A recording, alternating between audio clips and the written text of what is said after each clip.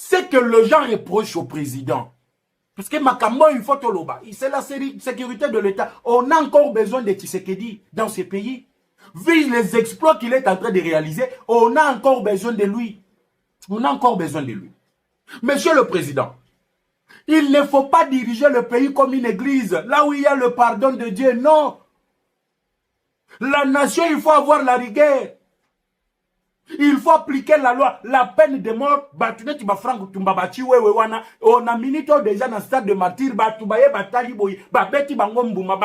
c'est comme ça qu'en Chine, en Taïwan, même aux États-Unis, on est en train de punir ceux qui ont trahi la nation. Ce n'est pas en prêchant la bonne nouvelle du pardon, de ceci, cela, en ayant peur de France, des États-Unis. Non. Pour eux, ceux qui nation n'a pas menacé, ils appliquent. Emmanuel Macron a dit que pour que Babanga France, il faut que France ait sa ligne et défendre que la nation se défend. Si ko biso tozo la bango ba ya ko défendre biso, bango ba dicter biso. Oh, il faut tout ça la pona mboka na biso. C'est là que vous commettez l'erreur grave.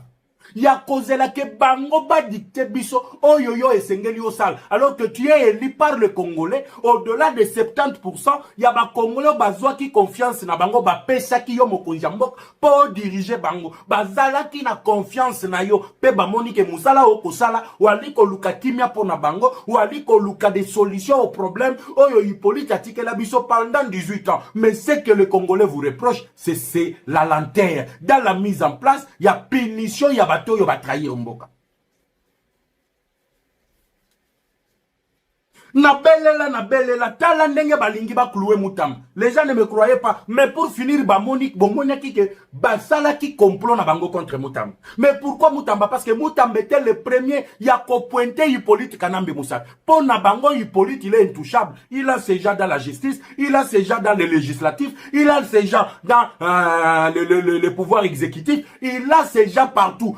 Ces gens-là se sont réunis. Bazui Mutamba va sacrifier avec un plan concis ou au Rwanda. Et quand on autorise les poursuites contre Mutamba, c'est le Rwanda qui jubile. C'est Kigali qui jubile. Lelo, la danse qui jubilait le Rwanda, et Balouke Bango na Doha na Qatar. Tolo basiko to tolo bati.